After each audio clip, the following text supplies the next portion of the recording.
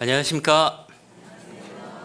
네, 2000년 8월에 구원을 받은 윤영선 형제라고 합니다. 저는 지금 대전교회에서 교제하고 있습니다. 기도하고 말씀 배우시겠습니다. 기도하시겠습니다. 저희를 사랑하시는 거룩하시고 자비로우신 우리 아버지 하나님, 우리에게 베풀어 주신 너무도 크신 사랑과 은혜를 인하여 아버지 하나님께 감사와 찬송을 돌립니다.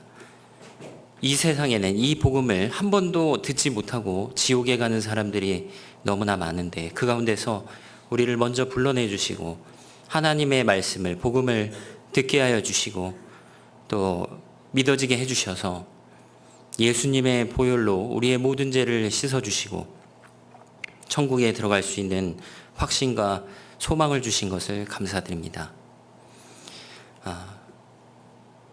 2024년을 또 덤으로 은혜로 주셨습니다.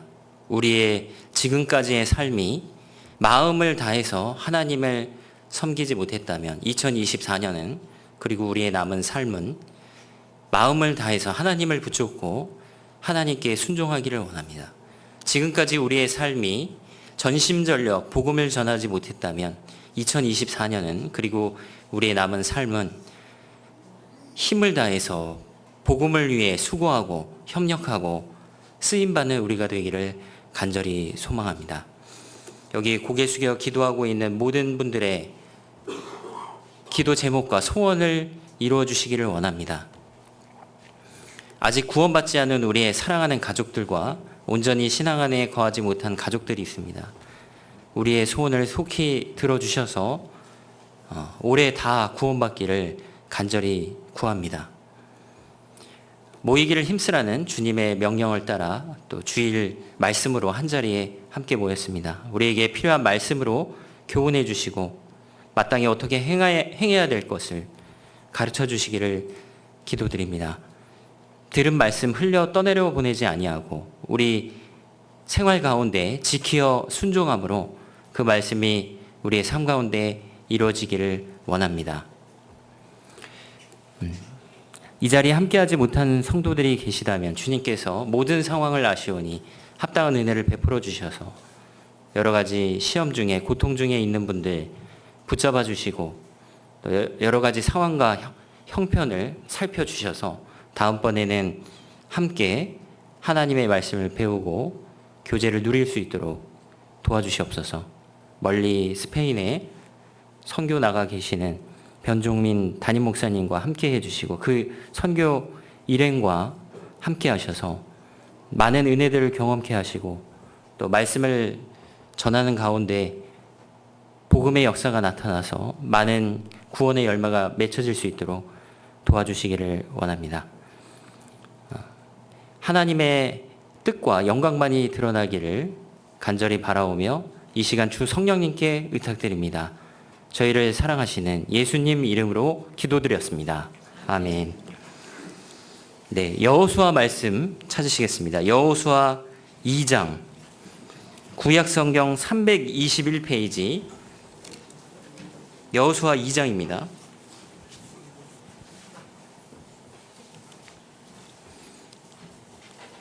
구약성경 321페이지 여호수아 2장 1절부터 제가 군데군데 읽도록 하겠습니다. 여호수아 2장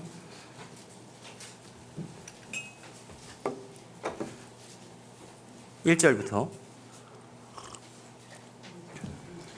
여호수아 2장.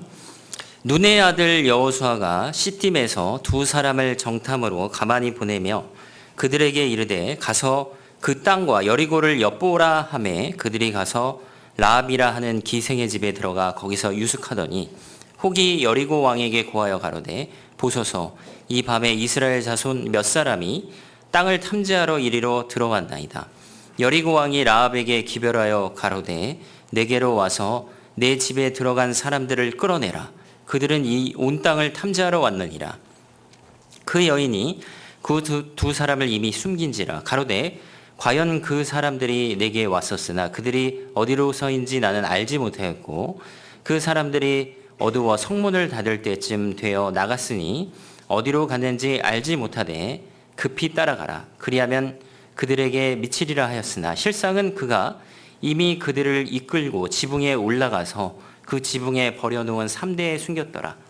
한 구절 건너뛰어서 8절. 두 사람이 눕기 전에 라합이 지붕에 올라가서 그들에게 이르러 말하되 여호와께서 이 땅을 너희에게 주신 줄을 내가 아노라.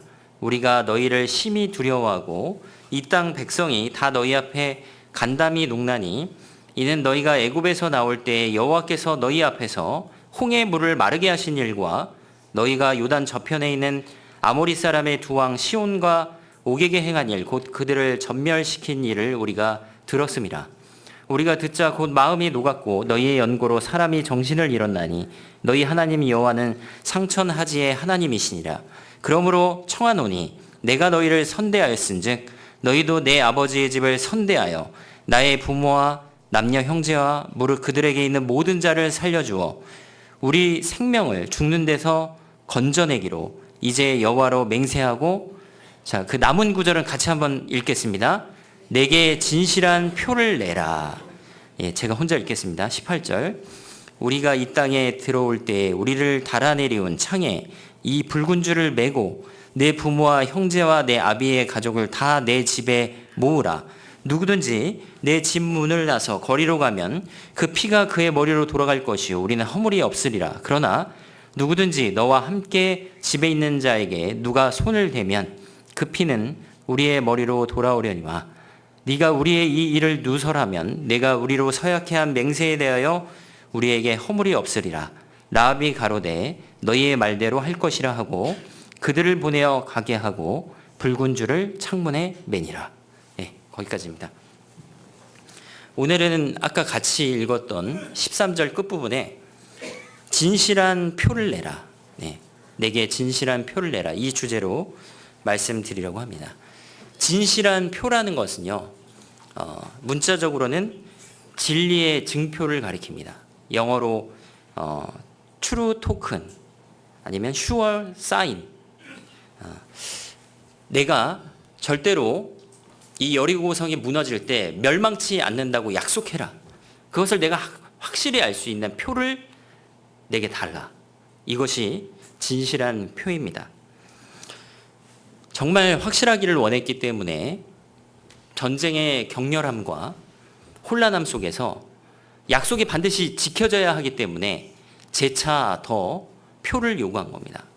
먼저 맹세를 하고 그 다음에 표를 구했습니다. 여호수아 2장은 참 특별한 내용으로 되어 있습니다. 정탐꾼을 보냈잖아요. 요단 도하를 준비하면서 요단을 이제 건넜죠. 건너고 나서 첫 번째 맞닥뜨린 성이 이 여리고성이었습니다. 가나안 정복 전쟁에 있어서 첫 성이기 때문에 이스라엘에게 굉장히 중요한 의미를 가졌습니다. 반드시 승리해야 돼요.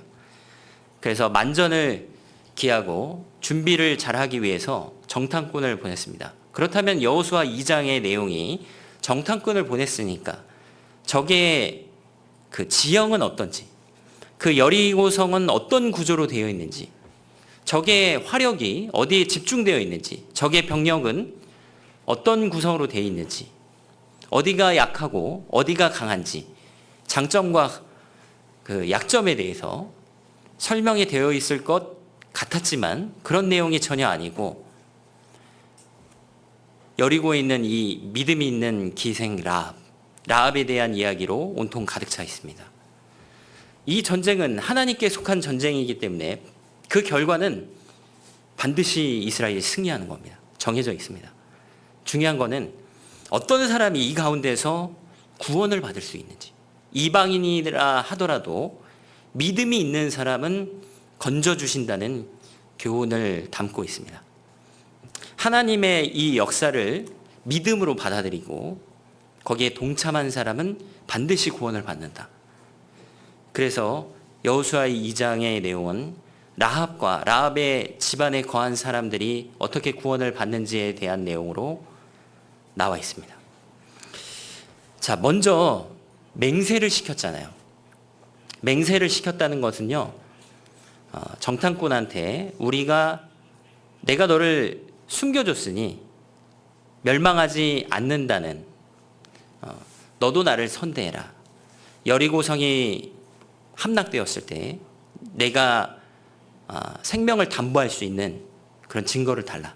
먼저는 하나님께 맹세를 시켰습니다. 그러니까 이 보증은 사람이 하는 게 아니라 하나님이 해달라는 뜻입니다. 여기를 표시해 두시고요. 여호수아 2장을 표시해 두시고 히브리서 6장을 찾으시겠습니다. 히브리서 6장 신약성경 358페이지 히브리서 6장 16절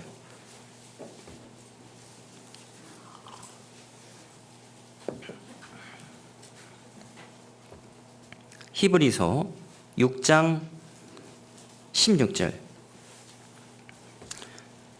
358페이지입니다. 신약성경 히브리서 6장 16절 16절부터 18절입니다. 사람들은 자기보다 더 큰 자를 가리켜 맹세하나니 맹세는 저희 모든 다투는 일의 최후 확정이니라. 하나님은 약속을 기업으로 받는 자들에게 그 뜻이 변치 아니함을 충분히 나타내시려고 그 일에 맹세로 보증하셨나니 이는 하나님이 거짓말을 하실 수 없는 이 두 가지 변치 못할 사실을 인하여 앞에 있는 소망을 얻으려고 피하여 가는 우리로 큰 안위를 받게 하려 하심이라. 맹세. 하나님은요, 그 속성상, 성품상 절대로 거짓말을 하실 수가 없습니다. 그리고 하신 말씀을 취소할 수도 없고 반드시 지키셔요. 하나님은 진실하십니다. 정직하십니다. 약속하시면 반드시 지키십니다. 그런 성품에 더하여 하나님보다 보통 맹세는 자기보다 큰 존재를 걸고 맹세를 하는데 하나님보다 더 큰 존재가 없잖아요. 하나님 자신을 걸고 자신의 이름을 걸고 맹세를 하시는 거예요. 원래도 거짓말 못 하시는 데다가 자기 이름을 걸고 또 맹세까지 하셨으니 이중의 안전장치입니다. 그것이 우리의 구원과도 같습니다. 주님이 우리의 구원을 확실하게 증거하시는 거예요. 보증하시는 겁니다. 하나님은 거짓말 못 하신다. 말씀에 이렇게 돼 있으니까 절대로 취소가 없다. 그리고 그것을 믿고 받아들이는 사람 마음에 새겨진 그 십자가 그리고 그 피가 보증이 됩니다. 절대로 변치 않습니다. 여기에다 더해서요. 재차 요구한 겁니다. 그래도 모르니까 내가 정말 망하지 않는다는 정말 불안하지 않고 확실히 믿을 수 있는 확실한 증표를 내라.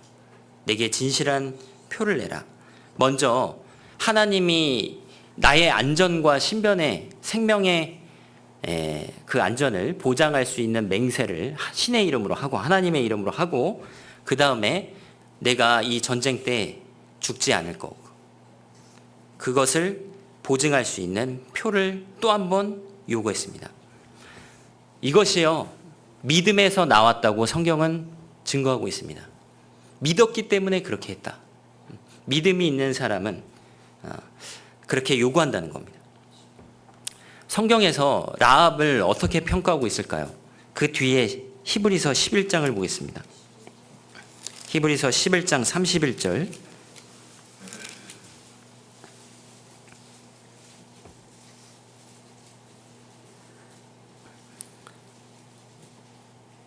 히브리서 11장 31절을 같이 읽겠습니다. 믿음으로 기생 라합은 정탐꾼을 평안히 영접하였으므로 순종치 아니한 자와 함께 멸망치 아니하였도다. 라합에 대해서 믿음으로 이렇게 되어 있습니다. 라합의 믿음에 대해서 말씀하고 있습니다. 이 히브리서 11장은 그리스도인에게 유명한 믿음장이잖아요. 믿음의 선진들의 이름이 쭉 기록되어 있는데 그 중에 라합도 포함되어 있습니다. 왜 라합이 다른 가나안 족속들처럼 여리고성에 있는 많은 이방인들처럼 왜 멸망당하지 않았냐? 믿음이 있었기 때문에. 그는 하나님에 대한 믿음이 있었고 그리고 자기가 처해 있는 이 여리고성이 하나님 말씀대로 멸망할 것도 믿었습니다. 그리고 간절히 긍휼히 여기심을 구하는 그러한 사람에게 하나님은 자비와 은혜의 손길을 내려주실 것도 믿었습니다. 그 믿었기 때문에 목숨을 걸고 정탐꾼을 숨겨준 겁니다. 만약 여리고 왕이 수색대를 보내서 걸렸어요. 그러면 죽는 거예요. 목숨을 걸고 그렇게 했습니다. 왜? 하나님을 믿었고, 그리고 이 전쟁은 반드시 이스라엘이 승리한다는 것을 믿었기 때문에, 100% 확실하기 때문에 자기의 목숨까지 걸고 정탐꾼을 숨겨준 겁니다. 그리고 자기뿐만 아니라 자기와 연결된 사람들까지 염두에 뒀습니다.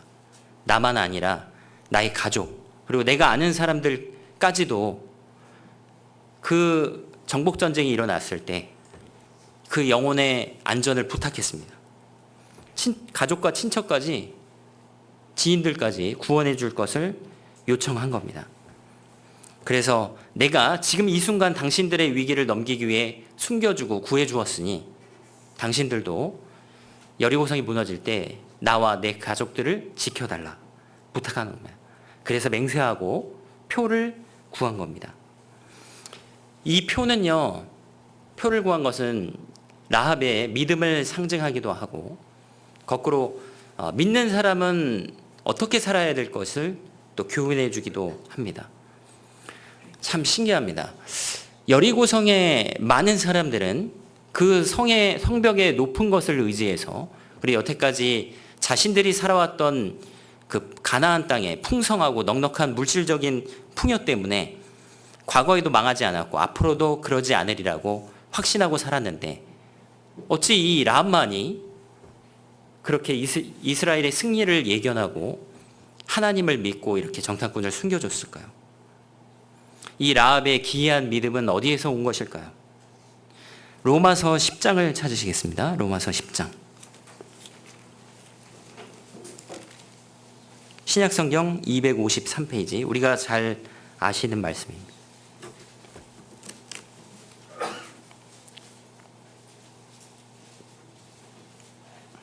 로마서 10장 17절.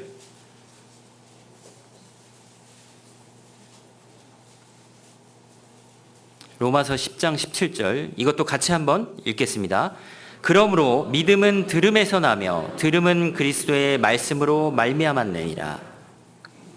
라합은 들었기 때문에 믿었다고 성경이 말씀하고 계십니다. 여리고성에 이스라엘 군대가 도착하기 전에 먼저 도착한 것이 있었습니다. 이스라엘에 대한 소문이 먼저 도착했습니다. 이스라엘은 요단강을 건너기 전에 요단 동편에 많은 나라들을 정복하고 이 땅을 건넜다. 그리고 그들이 이스라엘의 이집트의 노예로 400년간 노예 생활을 했었는데, 함께 하신 하나님이란 그 신이 역사에서 10가지 재앙을 내렸고 이집트 군대를 왕과 함께 홍해 바다에 몰살시킨 그 사건을 전해 들었습니다. 소문으로 전해 들었습니다. 라합은요, 그 이스라엘 무리 가운데 함께해서 직접 본 게 아니에요. 자기가 경험한 게 아닙니다. 그런데 들었는데 믿었어요. 라합은 10번째 장자제 죽는 재앙 때 그 하나님의 사자가 좌우설주와 임방에 발려있는, 문설주와 임방에 발려있는 피가 발려있지 않는 모든 장자들을 치신 것 본 적이 없습니다. 홍해바다가 갈라지는 것 본 적이 없습니다. 그리고 40년 동안 하늘에서 만나가 내린 것, 반석에서 물을 쳤을 때 물이 나온 것 본 적이 없습니다. 근데 들었어요. 그리고 아모리 왕 시온과 바산 왕 옥이 전멸된 사건에 대해서도 그저 들었을 뿐입니다. 그런데 믿었어요. 진실한 믿음이었지만 들음에서 난 것이었습니다. 우리도 마찬가지입니다. 우리도 들었을 뿐이었는데 이 성경에 기록된 말씀을 있는 그대로 받아들였고 믿었기 때문에 구원을 받은 거예요. 아까 표시해 두신 여호수아 2장 9절로 가보겠습니다. 여호수아 2장 9절. 계속 이렇게 표시를 해두시면 좋겠습니다. 여호수아 2장 9절. 말하되 여호와께서 이 땅을 너희에게 주신 줄을 내가 아노라.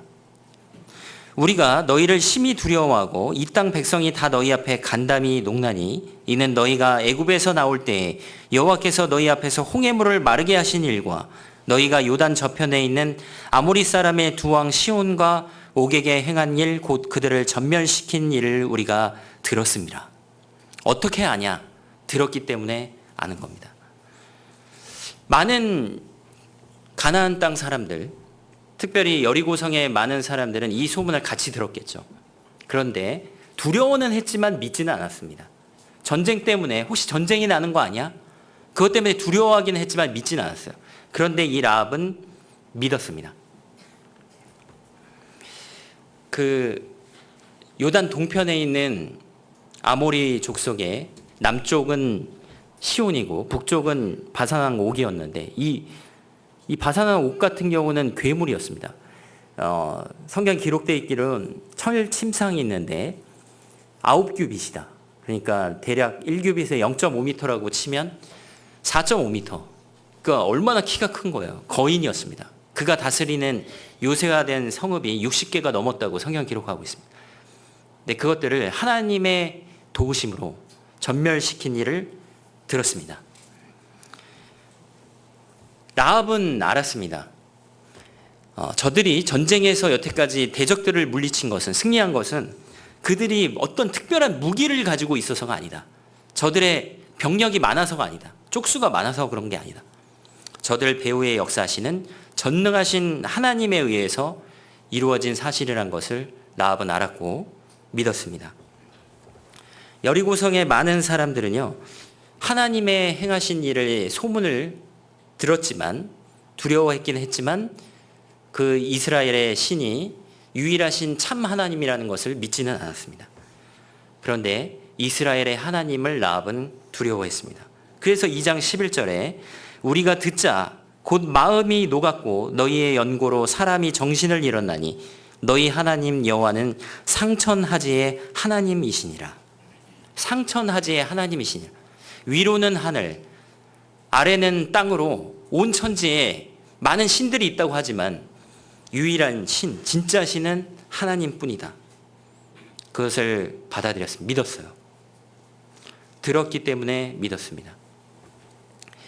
예수님의 공생의 당시에 십자가에 죽으시고 부활하셨을 때 처음에 많은 제자들이 예수님의 부활을 믿지 않았습니다. 예수님께서 친히 나타나셔서 자신의 부활한 몸을 보여주셨는데 결정적인 때에 도마가 없었습니다. 이 도마라는 제자는 나는 그런 일이 있을 거라고 믿지 못하겠다.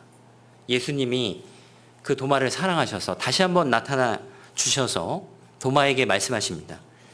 내 손가락을 이리 내밀어 손을 보고 내 손을 내밀어 내 옆구리에 넣어보라. 그리고 믿음 없는 자가 되지 말고 믿는 자가 되라.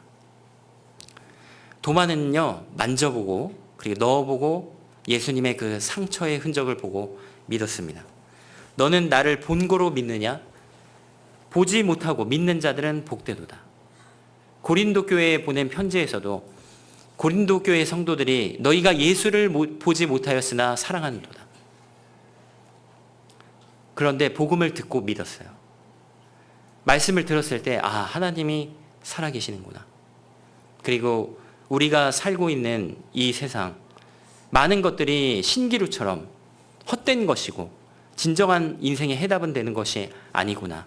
그리고 난 결국 반드시 죽고 그 이후에는 심판이 있구나. 내가 죽으면 어디로 갈까? 이 많은 죄들을 생각할 때 나는 지금 죽으면 지옥에 간다. 그렇게 믿고 두려움에 떠는 그 사람들이 하나님의 긍휼하심을 구하잖아요. 회개하고 신앙을 가질 때 복음을 믿게 되어 있습니다. 하나님의 살아계심과 하나님의 얼마나 두려운 존재, 자기가 지옥에 갈 때 어떤 고통이 있을지를 진짜로 믿는 사람들이 복음을 간절히 구하게 되어 있습니다. 받아들이는 거예요.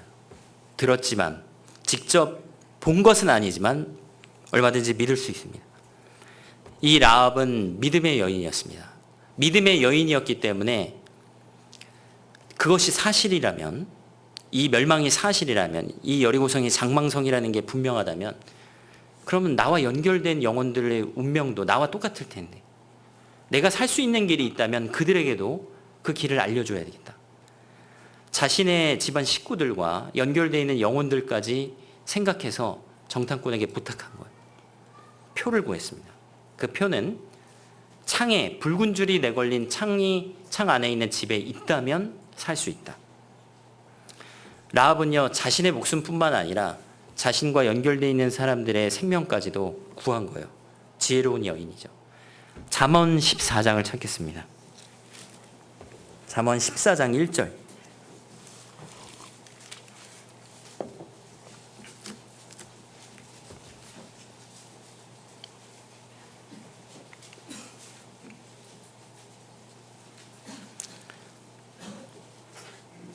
잠언 14장 1절, 구약성경 923페이지, 잠언 14장 1절. 무릇 지혜로운 여인은 그 집을 세우되 미련한 여인은 자기 손으로 그것을 허느니라. 이 세상에서 어떤 사람이 지혜로운 사람입니까? 인생의 답을 아는 사람이 지혜로운 사람입니다. 우린 도대체 왜 태어났고 어떻게 살다가 그리고 죽으면 어디로 가는 것인가, 그것에 대한 해답을 알고 있는 사람이 지혜로운 사람. 내가 평생에 이런 많은 죄를 짓는데 이 죄를 어떻게 없앨 수 있을까? 그것에 대한 해답을 찾은 사람이 지혜로운 사람입니다. 구원을 받은 사람이, 성도가 진짜 지혜로운 사람인 거예요. 성도는요, 어떻게 사는 것이 바른 인생의 바른 삶인지 알잖아요. 그리고 영혼의 가치를 알잖아요. 생명이 얼마나 중요한지를 알잖아요. 그래서 어떻게든지 삶 가운데 복음을 전해서 구원받게 하려고 최선을 다하잖아요. 지혜로운 인생입니다. 이 라합은 지혜로운 여인이잖아요. 자기뿐만 아니라 자기와 연결된 사람의 생명까지 염두에 두었어요. 그런 사람은 자기 집안을 세우는 겁니다. 자기뿐만 아니라 자기 집안 식구들까지 살리는 거예요. 반대로 미련한 여인은 자기 손으로 그것을 허느니라. 그 불신 때문에, 그 믿지 않음 때문에 자기 집안 식구들에게 나쁜 영향력을 미칠 수도 있습니다. 북이스라엘에 아합이라는 왕이 있었습니다. 그 아합 왕의 아내가 시돈 땅에 페니키아 왕국에서 시집 온 엣바알의 딸 이세벨이었습니다. 그 이세벨이 이스라엘로 시집 오면서 북이스라엘의 오므리 왕조는 풍지박산이 납니다. 그가 올 때 자신의 불신뿐만 아니라 바알과 아세라, 우상 숭배를 이스라엘에 들어오는 거예요. 온갖 악한 일을 자행했습니다. 그가 이스라엘에 미친 영향이 엄청나요. 집안 식구들이요, 다 죽었습니다. 예후에게 제거될 때 시체가 개들에게 먹혔습니다. 선지자의 예언 그대로 됐습니다. 한 집안이 완전, 나라 전체가 이 여자 때문에 박살이 나잖아요. 예.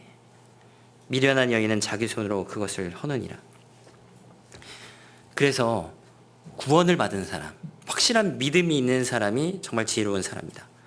이 라합이 얼마나 지혜로운지 확실한 걸 원했습니다. 왜냐하면 이건 생명과 관련된 것이니까 실수가 있어서는 안 됩니다. 그래서 맹세를 먼저 시킨 거예요. 사람은 말을 해놓고 시건합니다. 취소할 수도 있고 그것을 보장할 수 있는 능력도 없습니다. 상황에 따라 마음도 변해요. 그런데 하나님은 약속을 반드시 지키잖아요.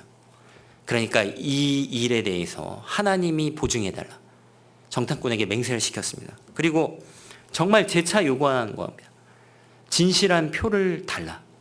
내가 어떻게 하면 이 전쟁 가운데, 전쟁에 있을 때까지 정말 마음 푹 놓고 나의 생명과 나의 가족의 생명의 안전을 확실히 담보할 수 있는, 불안하지 않고 확실한 거를 달라.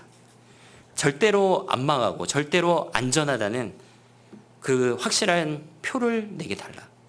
굉장히 지혜롭잖아요. 지혜로운 사람이 사람의 영혼을 구하고 인생을 예비하고 준비하는 삶을 살 수 있습니다.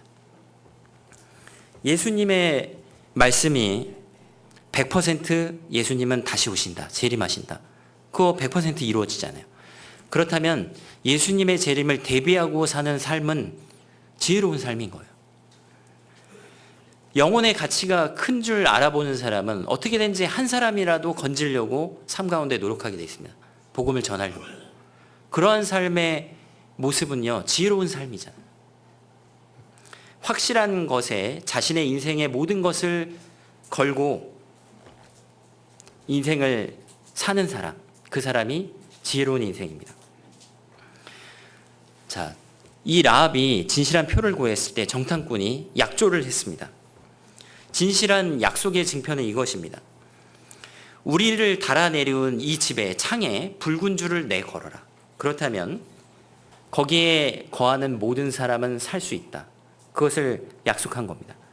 다시 돌아가겠습니다. 여호수아 2장 18절.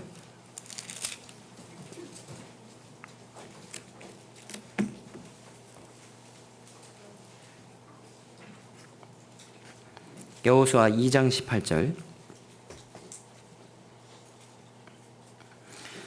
우리가 이 땅에 들어올 때 우리를 달아내려온 창에 이 붉은 줄을 메고 내 부모와 형제와 내 아비의 가족을 다 내 집에 모으라. 누구든지 내 집 문을 나서 거리로 가면 그 피가 그의 머리로 돌아갈 것이요 우리는 허물이 없으리라. 그러나 누구든지 너와 함께 집에 있는 자에게 누가 손을 대면 그 피는 우리의 머리로 돌아오려니와. 자, 붉은 줄이 걸린 이 창에 내걸린 이 집안에 거하는 사람은 어떠한 생명일지라도 보호될 것이고 그 안에 있는 어떠한 재산일지라도 보호될 것이다. 약속했습니다.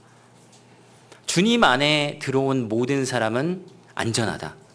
하나님의 약속을 떠올릴 수 있습니다. 요한복음 10장에 내가 저희에게 영생을 주노니 영원히 멸망치 아니할 터예요. 또 저희를 내 손에서 빼앗을 자가 없느니라.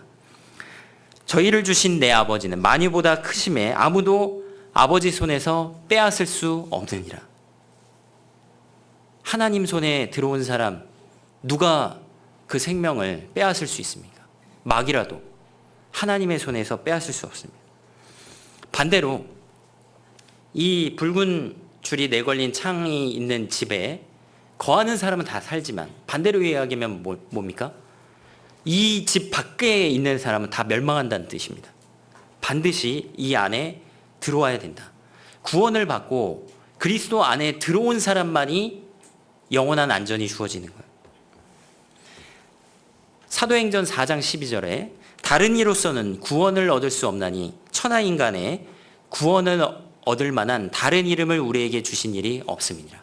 오직 예수 그리스도, 오직 예수님의 피로만 구원받을 수 있습니다. 다른 것으로는 불가능합니다. 여리고성에 있는 사람이 살 수 있는 단 한 가지 방법은요, 그 약조한 대로, 진실한 표대로 붉은 줄을 내걸 때, 그 안에 거할 때만 살 수 있습니다. 왜 근데 하필이면 붉은 줄일까요? 아마 정탐꾼이 그 순간 생각이 났던 것 같습니다. 출애굽할 때 설주와 임방에 바른 그 어린 양의 피 색깔이 붉은색이잖아요. 그걸 떠올리고 라합에게 약속을 했습니다. 진실한 표는요, 붉은 줄이었습니다. 우리로 따지면 모든 사람을 위해서 흘리신 예수님의 보혈, 그 피가 진실한 표가 되는 거예요. 우리가 영원히 안전하고 우리의 구원이 확실하다라고 믿을 수 있는 표가 되는 겁니다. 마태복음 26장 찾겠습니다. 마태복음 26장 28절.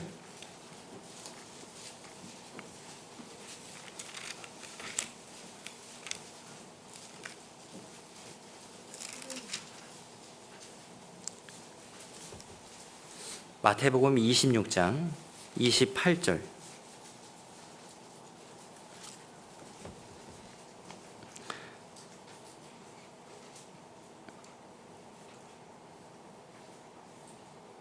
이것은 죄사함을 얻게 하려고 많은 사람을 위하여 흘리는 바 나의 피 곧 언약의 피니라. 예수님이요, 마지막 성 만찬 제자들과 십자가에 못 박히시기 전날 제자들과 함께 만찬을 나누실 때 이 포도주를 가리켜서 피라고 말씀하셨습니다.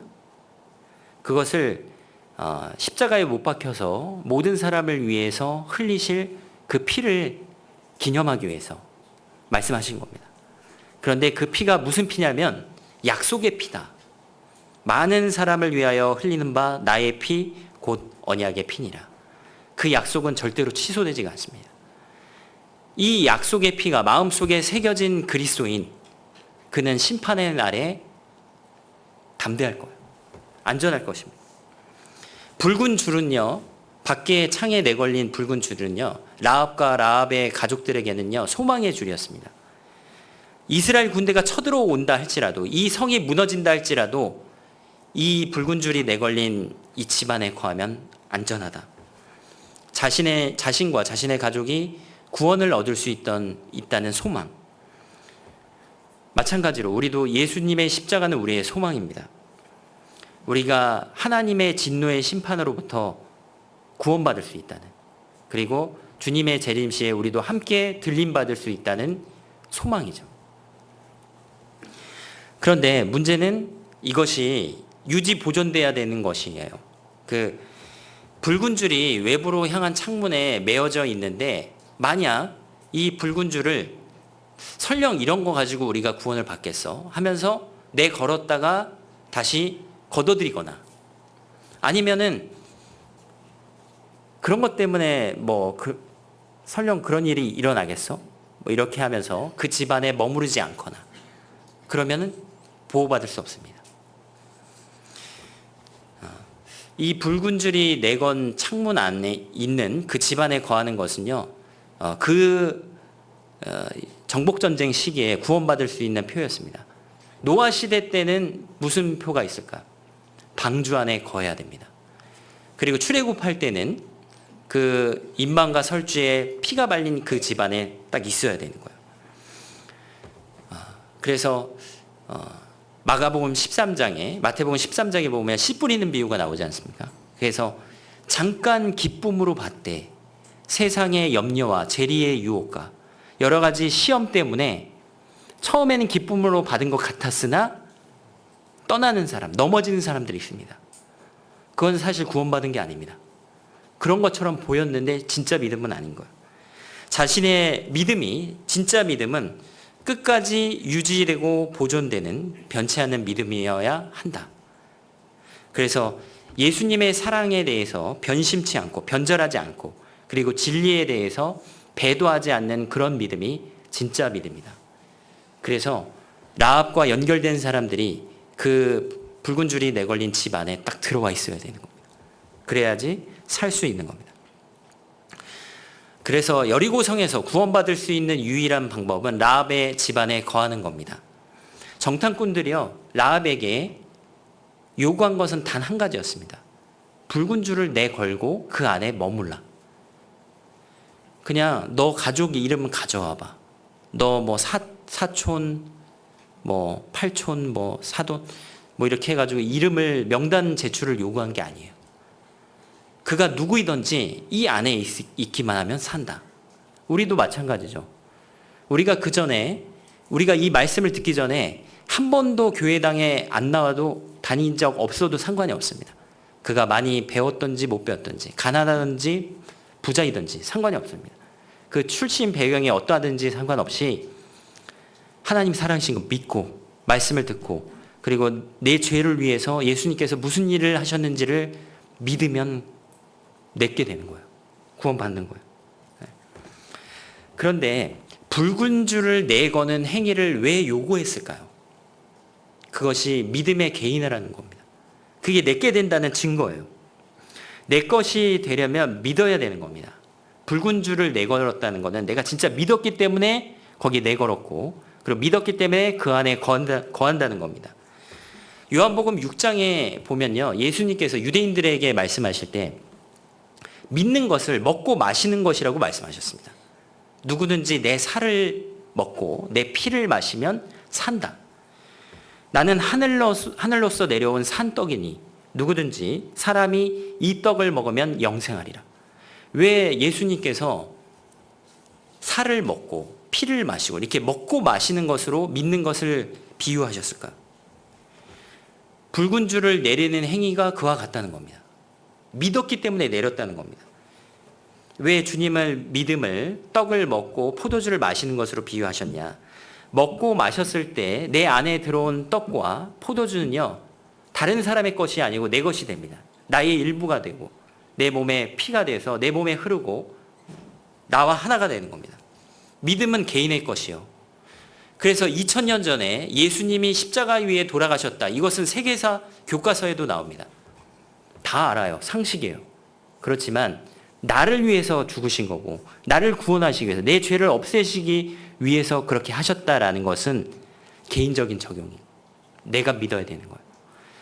제가 2달 전에 저희 대전교회는 필리핀 리가오 교회를 이렇게 후원하거든요. 그래서 2주 동안 갔다 왔는데 이제 전도 신방을 가는데 어느 집 자매님의 자녀가 있는데 3딸이 있는데 2딸은 구원을 받았어요. 우리 교회에 나옵니다.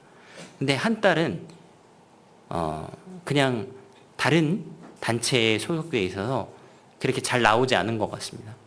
근데 자기도 믿는다고 똑같은 믿음을 가졌다고 주장하는 거예요. 예수님이 십자가 위에 돌아가셨다. 2000년 전에 오셨다. 똑같이 얘기합니다. 그런데 저희가 기대하는, 선교팀이 기대하는 간증은 나오지 않았습니다. 그것이 내 것이다. Jesus died for us. 여기까지는 얘기하는데 for me. 정말 나를 위해서 죽어주셨습니다. 그 피가 나 때문에 흘려주셨습니다. 그러니까 마치 구원을 어떻게 받느냐에 대해서 얘기할 수는 있지만 정말 나도 구원받았다가 아닌 거예요. 내 것이 아닌 겁니다. 진짜 중요한 거는요, 내가 구원받아야 돼. 자, 여리고성이 무너질 때 붉은 줄이 내걸린 창 안에 들어와 있으면 산다더라. 이거는 단지 지식일 뿐입니다. 그거를 진짜 믿고 들어와 있어야지 사는 거예요. 그래서 창에 붉은 줄을 내건 행위나 들어왔던 그 행위는요, 정말 믿었기 때문에 개인적으로 적용한 것이라고 할 수 있습니다. 하나님은요, 그러한 정탐꾼을 통해서 한 약속을 지키셨습니다. 실제로 이 여호수아 5장 6장에 가면 여리고성을 점령하는 이야기가 나오잖아요. 그때 라합과 라합의 가족들은 살리는 장면이 나옵니다. 찾아보시겠습니다. 여호수아 6장 17절.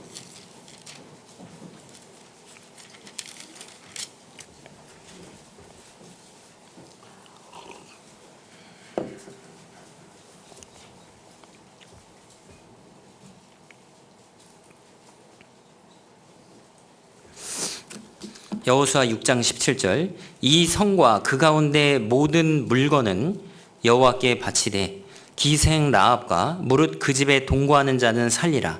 이는 그가 우리의 보낸 사자를 숨겼음이니라. 넘어가서 22절입니다. 여호수아 6장 22절. 여호수아가 그 땅을 정탐한 2사람에게 이르되 그 기생의 집에 들어가서 너희가 그 여인에게 맹세한 대로 그와 그에게 속한 모든 것을 이끌어내라 하매 정탐한 소년들이 들어가서 라합과 그 부모와 그 형제와 그에게 속한 모든 것을 이끌어내고 또 그 친족도 다 이끌어내어 그들을 이스라엘 진 밖에 두고 무리가 불로 성읍과 그 가운데 있는 모든 것을 사르고 은금과 동철기구는 여호와의 집 곳간에 두었더라. 여호수아가 기생 라합과 그 아비의 가족과 그에게 속한 모든 것을 살렸으므로 그가 오늘날까지 이스라엘 중에 거하였으니 이는 여호수아가 여리고를 탐지하려고 보낸 사자를 숨겼음이었더라.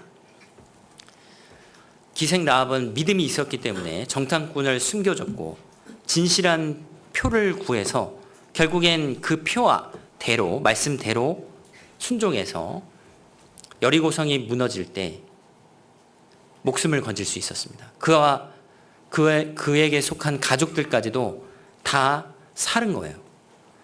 하나님이요, 정탐꾼을 통해 하신 그 약속을 지키신 거예요. 다 죽었는데 라합과 라합의 가족은 살았습니다. 하나님은 약속을 반드시 지키시잖아요. 1908년에 오스트리아의 고고학자 셀린 박사가 최초로 여리고성을 발굴하게 됩니다.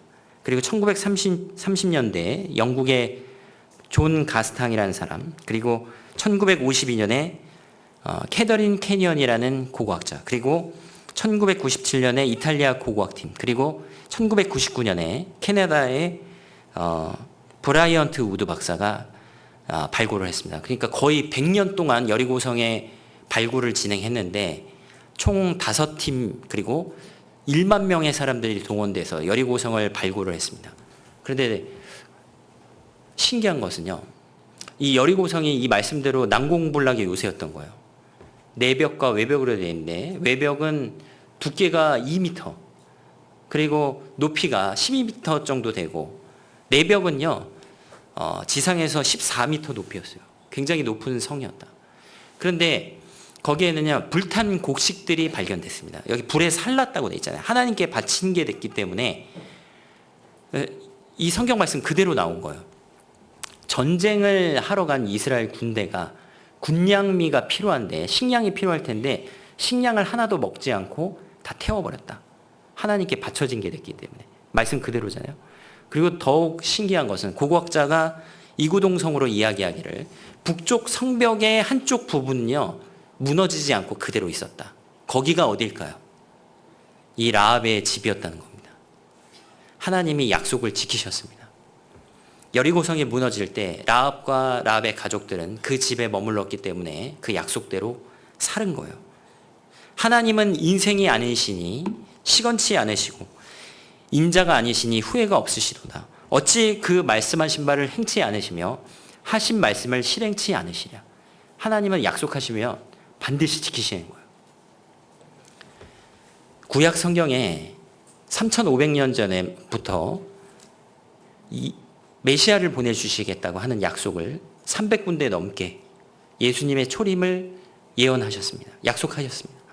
그 말씀을 그대로 이루어서 300가지의 예언을 다 이루어서 예수님이 베들레헴 땅에 오신 거예요. 2000년 전에. 그리고 예수님이 우리의 죄를 다 해결하시고 부활 승천하셨습니다. 예수님이 말씀하신 그 예수님이 죽으실 때 그 모든 것들 구약 성경에 그 예언되어 있던 거 다 이루셨습니다. 성경에 많은 약속들이 있잖아요. 그게 다 이루어지잖아요. 그렇다면 예수님이 다시 오신다는 약속도 반드시 하나님은 지키실 겁니다. 의에 거하는 바 새 하늘과 새 땅, 하나님이 그렇게 약속하셨다면요 우리가 거기에 영원히 주님과 함께 거하게 될 겁니다. 예수님이 가서 너희를 위하여 처소를 예비하며 내가 다시 와서 너희를 내게로 영접하여 나 있는 곳에 너희도 함께 있게 하리라. 예수님과 함께 새하늘과 새 땅에서 영원히 부활한 몸으로 영생복락을 누릴 것이다. 그 약속도 반드시 지키실 겁니다. 그 후에 우리 살아남은 자도 저희와 함께 구름 속으로 끌어올려 공중에서 주를 영접하게 하시리니 그리하여 우리가 항상 주와 함께 있으리라. 주님이 재림하신다는 약속도 반드시 지키실 겁니다. 그 약속이 맞다면 우리도 주님의 재림을 대비하고 예비하며 살아야 된다는 겁니다. 자, 라합을 통해 몇 가지 교훈받을 수 있습니다. 라합이 왜 맹세도 시켰는데 다시 한번 진실한 표를 내라. 왜 재차 요구했을까요? 간절했기 때문입니다. 간절하지 않은 사람은요 매달리지 않습니다. 그냥 그렇게 흘려 내어버려 둡니다. 근데 간절한 사람은 그걸 반드시 얻어야 되기 때문에 한 번 부탁하고 또 부탁하는 거예요. 맹세도 했는데 또 절대로 안 망한다는 표를 달라. 성경에서는요 여러 군데 간절함에 대해서 사람이 마음으로 품어야 될 게 간절한 마음이다. 그것을 말씀하십니다. 예수님 공생의 당시에 시돈 땅에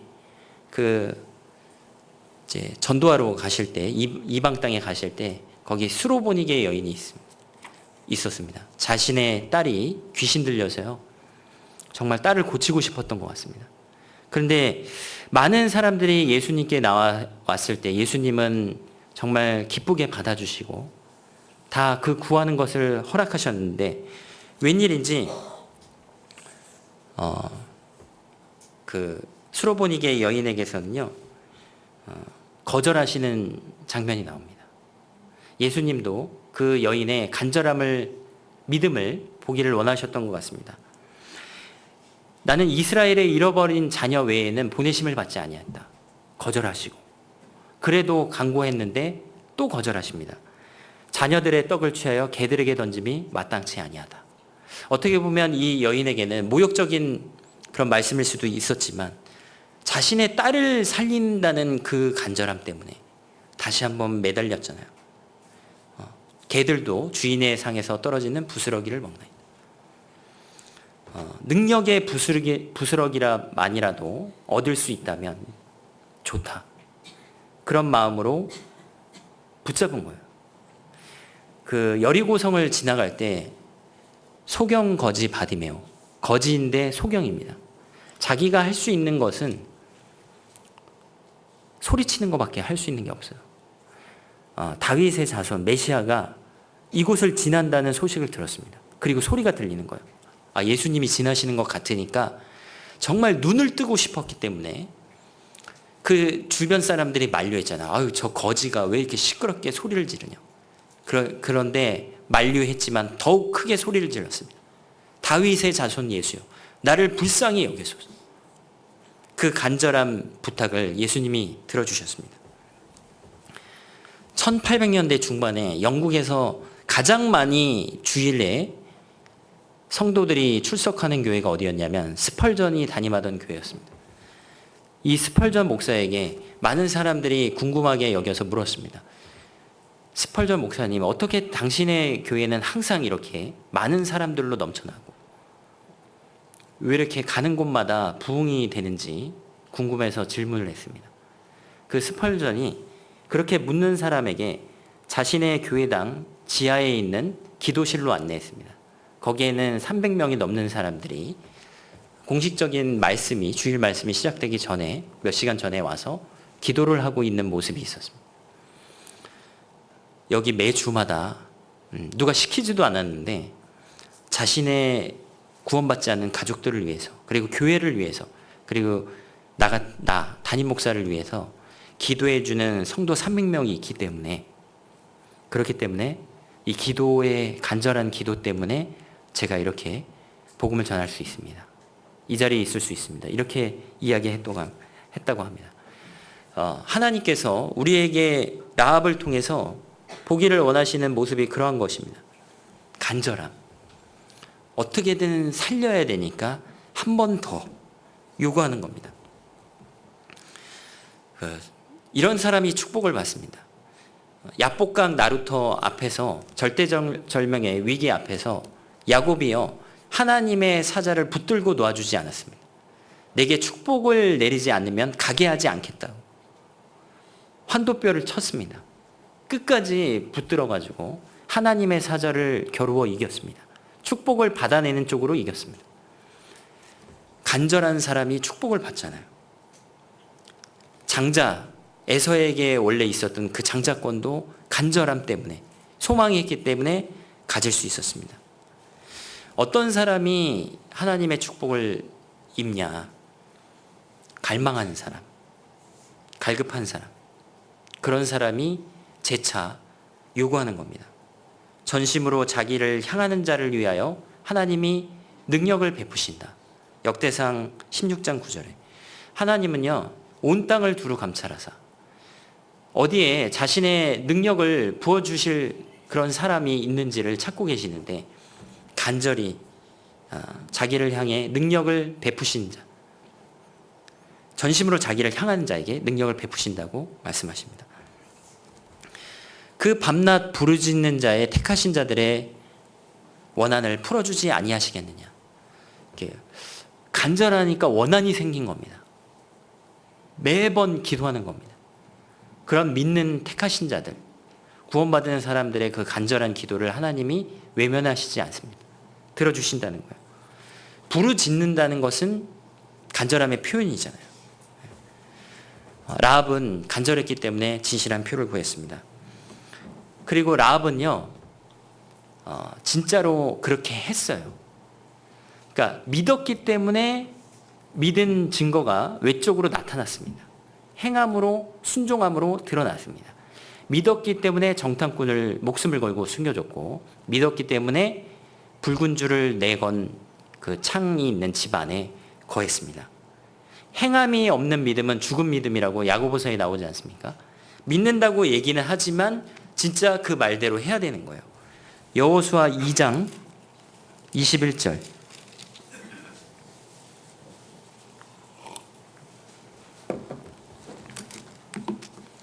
여호수아 2장 21절. 라합이 가로되 너희의 말대로 할 것이라 하고 그들을 보내어 가게 하고 붉은 줄을 창문에 매니라. 너희의 말대로 할 것이라. 성경 말씀이 이렇게 돼 있으면, 약속의 말씀이 이렇게 돼 있으면 그 말씀대로 그대로 순종하는 겁니다. 붉은 줄을 내 걸었습니다.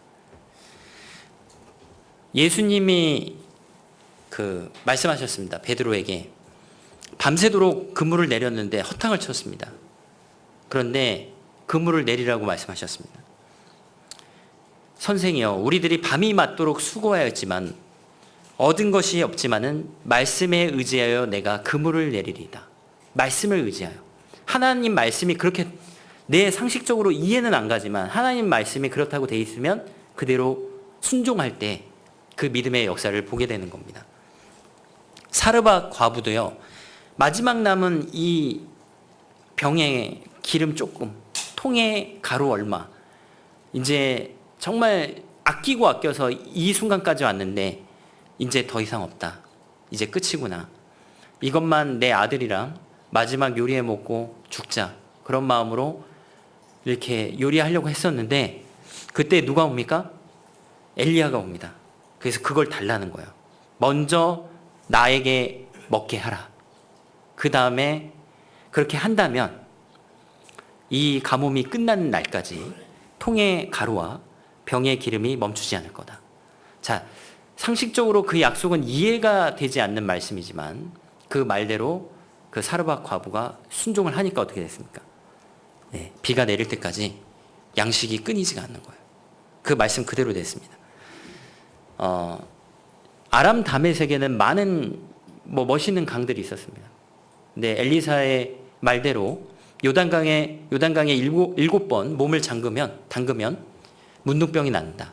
그 나아만 장군이 그 말에 순종을 했을 때, 하나님 말씀에 순종했을 때 어린아이의 살과 같이 문둥병이 깨끗이 나았습니다.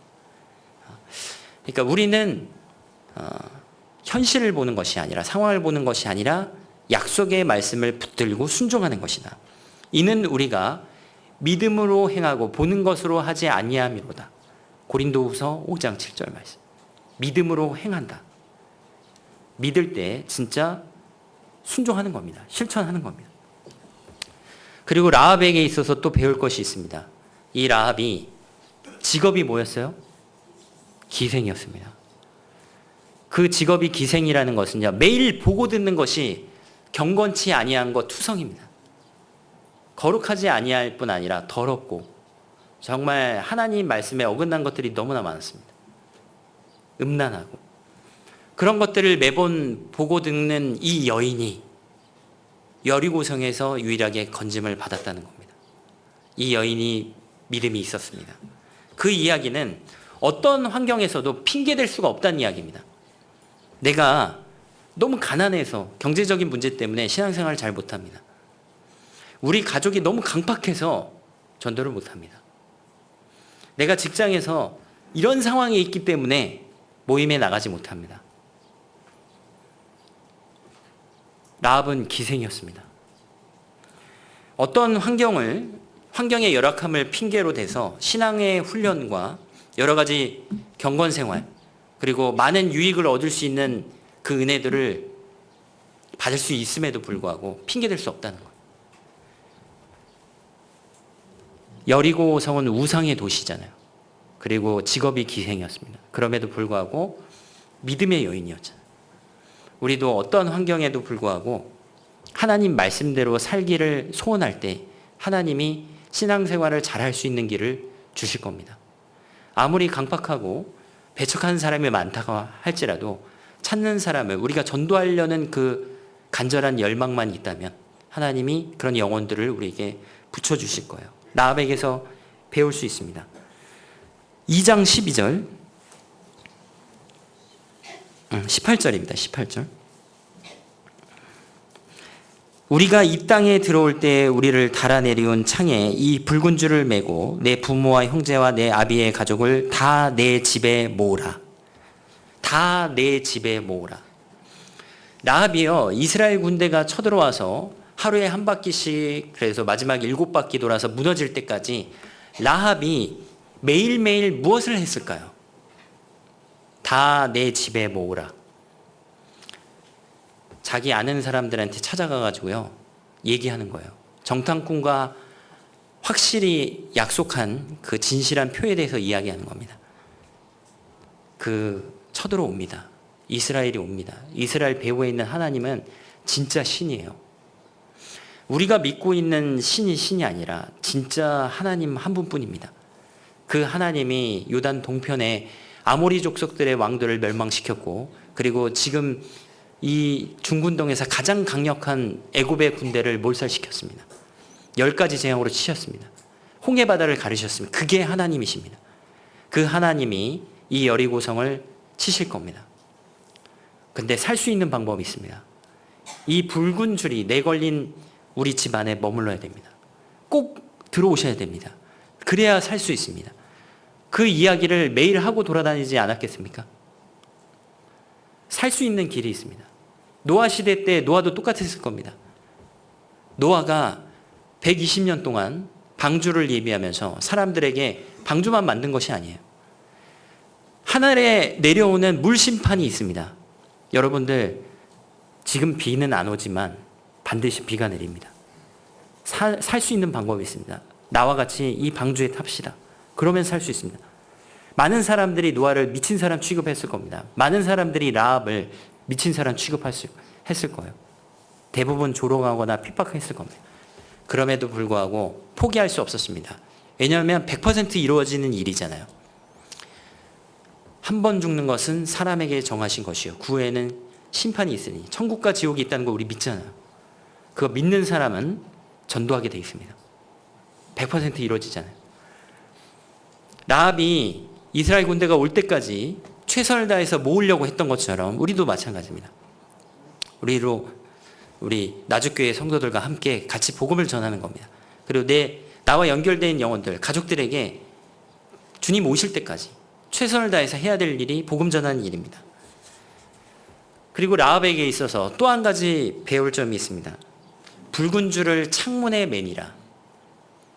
창문에 내걸었다. 북쪽 성벽에 있는 창문에 붉은 줄이 하나 딱 걸려 있어요. 창이 여러 개가 있는데 그런 집이 무수히 많았습니다. 여리고성이 크니까.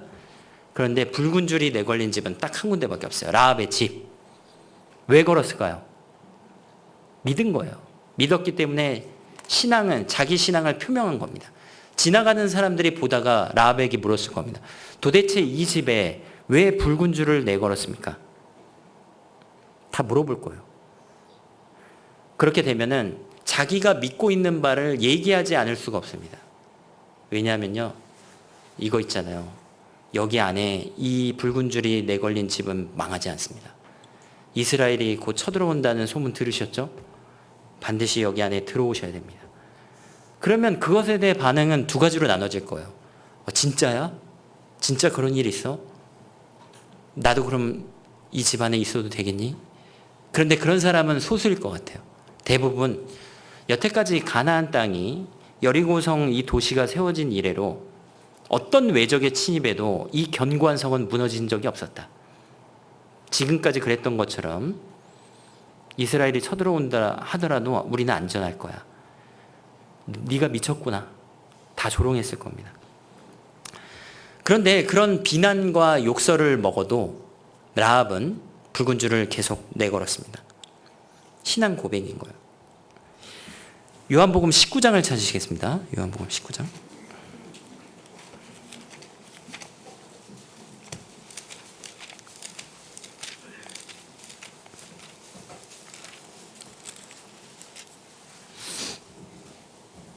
(38절) 신약성경 183페이지 요한복음 19장 38절.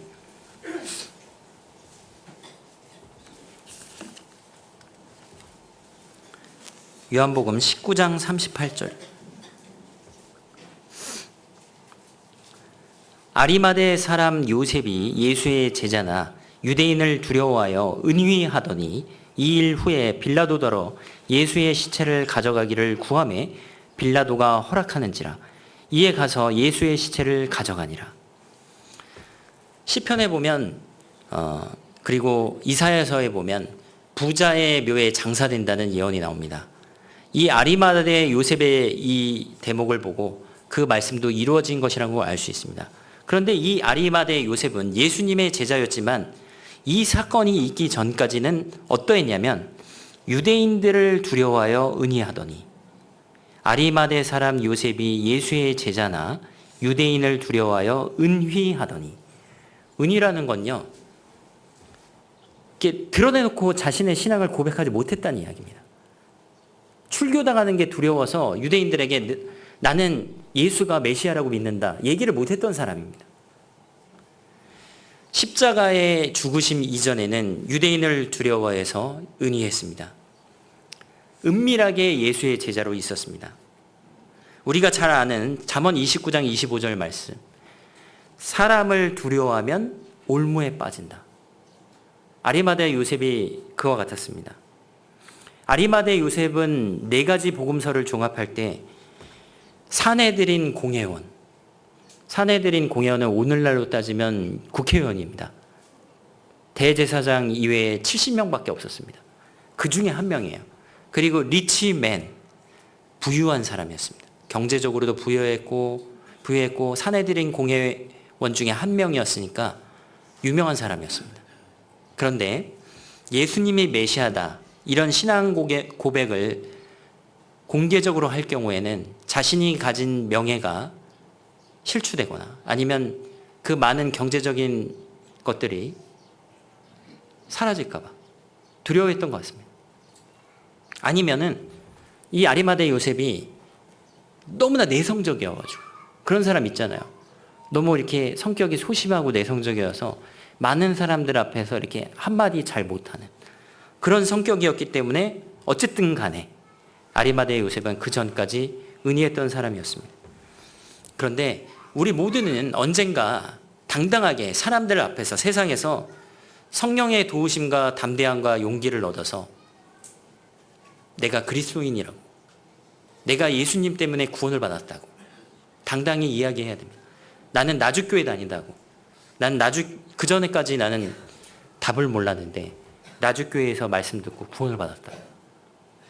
하나님이요, 그렇게 하기를 원하십니다. 마가복음 10장에 보면 예수님께서 여러 군데 말씀하셨지만 부자가 천국에 들어가기 어렵다고 말씀하셨습니다. 그 많은 부를 가지고 천국을 위해서 더 많은 일을 할 수도 있지만 대부분 그 부유함 때문에, 자신이 갖고 있는 물질적인 것 때문에 영적인 것을 무관심하거나 버리거나, 그런 것이 슬프게도 현실입니다. 막대한 부나 명예는요, 사람들을 늘 시험에 들게 하기 마련입니다. 부자가 천국에 들어가는 것이 약대가 바늘길 통과하는 것보다 더 어렵다. 마태복음 19장에는요, 한 부자 청년이 옵니다.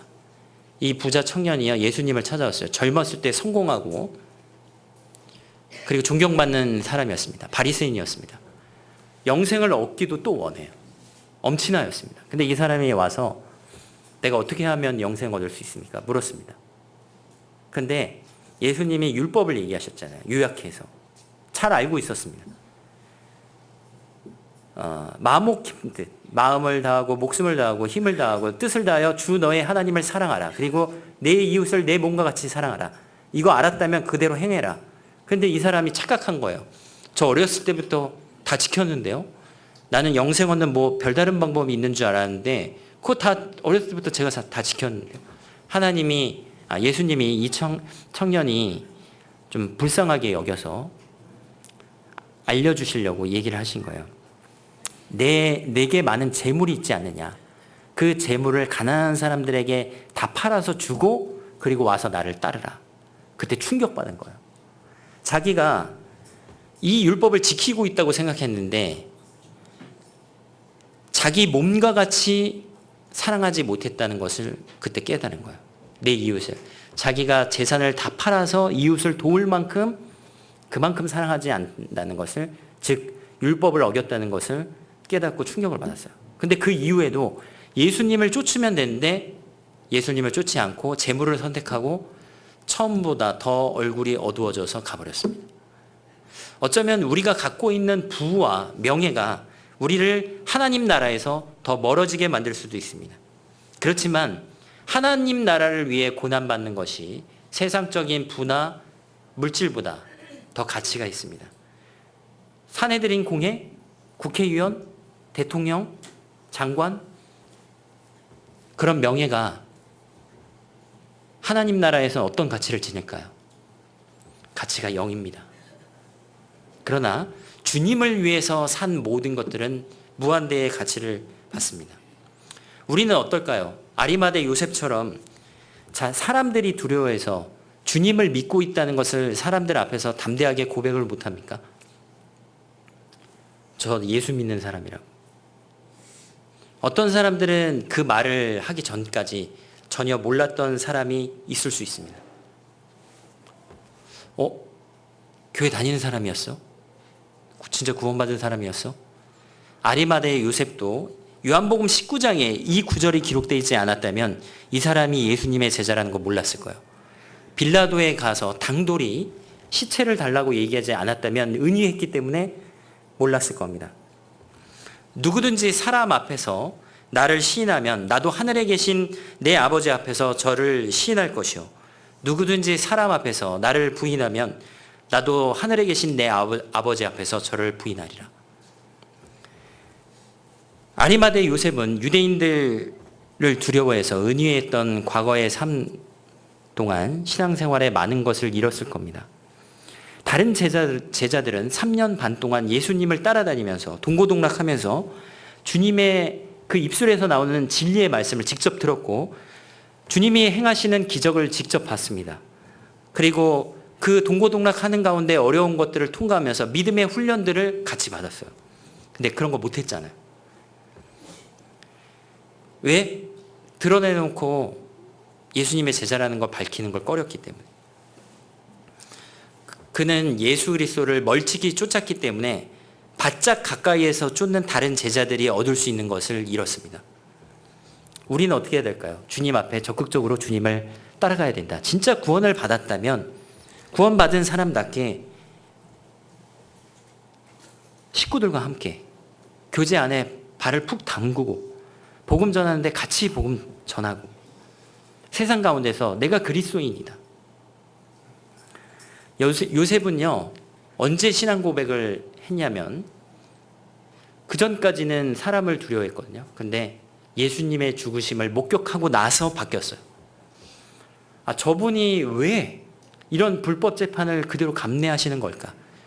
사내들인 공회니까 공회가 그 증인들의 자신의 생존 보장권을 위해서 새벽에 막 재판을 열어가지고 사형 판결 내리고 그러지 않는다는 거 알고 있거든요. 근데 예수님은 묵묵하게 왜 로마 군병들이 저렇게 때리고 채찍질하는데 한마디도 안 하실까? 그리고 가상칠언, 십자가에 못 박는 저 군병들에게 자기들의 하는 것을 알지 못합니다. 저들의 죄를 용서하여 주시오. 그런 말씀들을 하는 것 보고 느낀 게 있었어요. 왜 주님이 그러한 고통을 당하고 불법적인 재판을 감내하고 침묵으로 일관하셨을까? 왜 조롱과 침뱉음을 감수하셨을까? 그것이 나를 위한 것이다. 주님이 나를 사랑하셨고 나를 위해서 자기 자신의 몸을 버리셨다. 그것을 알고 나서 지금까지는 그렇게 못했지만 빌라도에게 간 거예요. 내가 죽으면 묻힐 그 예비해둔 무덤을 보잘것없지만 만왕의 왕이신 주님을 모셔야 되겠다. 당돌이 요구한 겁니다. 우리도 언젠가 많은 사람들 앞에서 세상 가운데서 우리가 진짜 그리스도인이라고, 내가 주님의 피로 구원받았다고, 내가 생명의 말씀 선교회 나주교회를 다닌다고 언젠가 사람들 앞에서 표명할 때가 올 겁니다. 그때 이 아리마대 요셉처럼 당당하게 주님의 자녀로서 예수님의 제자로서 고백하시면 하나님께 영광이 될 겁니다. 라합은 붉은 줄을 내건 창문에 붉은 줄을 내걸어서 많은 질문을 받았지만 당당하게 자신의 믿음을 고백했습니다. 마태복음 1장을 찾으시겠습니다. 마태복음 1장 4절.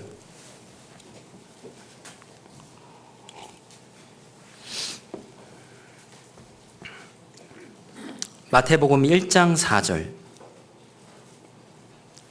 4절부터 6절입니다.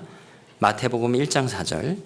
람은 아미나답을 낳고 아미나답은 나손을 낳고 나손은 살몬을 낳고 살몬은 라합에게서 보아스를 낳고 보아스는 루색에서 오벳을 낳고 오벳은 이새를 낳고 이새는 다윗 왕을 낳으니라.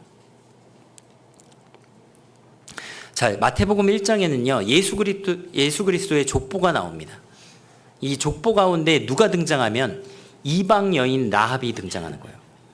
라합은 여리고가 무너진 이후에 이스라엘 공동체 안에 들어가서 이스라엘 남자 유다 지파의 살몬과 결혼을 했던 것 같습니다. 그래서 아이를 낳았는데 그 아이가 보아스예요. 보아스가 누구예요? 다윗의 증조 할아버지. 다윗은 다윗 왕의 후손으로 예수님이 오셨잖아요. 이방인이었고 가나안 땅 사람이었던 그 기생이었던 라합이요. 이 영광스러운 계보 안에 딱 이름이 올라가는 거예요. 우리는요. 세상에서 무명한 자입니다. 뭐 그렇게 유명하지 않습니다. 간혹 있지만 거의 대부분이 내가 있는지도 모르는 사람 많을 거예요. 나는 많이 배우지 못했고 많이 가지지 못했습니다. 그렇지만 난 구원받은 자녀입니다. 라합이 이렇게 영광스럽게 됐다는 것은 구원받은 모든 그리스도인이 왕같은 제사장으로 부르심을 받았고 하늘나라에서 다스리는 권세를 받을 왕과 같이 영광스럽게 될 것이라는 것을 예표하는 겁니다. 이게 하나님 은총으로 말미암은 놀라운 신분 상승이잖아요. 모든 그리스도인은 구원을 받고 교회 안에서 하나님 뜻대로 살아갈 때 나중에 그 모든 것들을 영광스러운 상급으로 갚아주실 것을 약속하고 있는 겁니다. 그리스도인이 얼마나 놀라운 신분 상승이 이루어집니까? 우리는 왕같은 제사장이다. 자, 우리가 보잘것없고 문명한 사람인데 이런 사람을 불러주셔서 구원받게 해주시고 그리고 복음 전하는 일에 쓰임받게 해주신다는 게 얼마나 큰 특권입니까? 우리가 값없이 이 구원을 받았으니 이 남은 삶 동안 주님의 이 은혜를 선전해야 되지 않을까요? 정리해 본다면 라합은요 믿음의 여인이었습니다. 그 믿음은 어디에서 온 것일까요? 들음에서 났습니다. 우리도 듣고 구원을 받았습니다. 그리고 이 라합은요 자신의 생명뿐만 아니라 가족들을 염두에 뒀어요. 내 집에 모으라. 여리고성이 무너질 때까지 라합이 최선을 다한 것은 자신과 연결되어 있는 사람들을 집안에 모으는 일이었습니다. 그리고 라합은요 믿었기 때문에 내걸었어요. 다른 누구가 아니라 주님이 내 구세주가 되어야 되고 하나님이 나의 하나님이 되어야 됩니다. 그리고 그렇게 믿고 그 약속의 말씀대로 살아가는 사람은 나중에 라합처럼 그리스도의 족보에 오르는 영광처럼 우리도 다 하늘나라에서 영광스럽게 될 것이다. 하나님께서 재림하시고 예수님이 재림하시고 반드시 우리를 데려가실 겁니다. 그 약속도 반드시 지켜질 거다. 그래서 하루하루를요 이렇게 주님이 우리에게 베풀어 주신 은혜에 보답하는 삶으로 살아야 되겠습니다. 기도하시겠습니다. 저희를 사랑하시는 아버지 하나님 감사드립니다. 저희에게 너무도 크신 구원의 은혜를 베풀어 주셨습니다. 우리는 세상 가운데서 헛된 것을 쫓아 하나님을 모르고 죄만 짓던 사람들이었는데 저희를 불쌍히 여겨주시고 이렇게 크신 구원의 은혜를 허락하셨습니다. 그리고 하나님 나라에 들어갈 때까지 주님을 위해 살 수 있는 기회를 주셨습니다.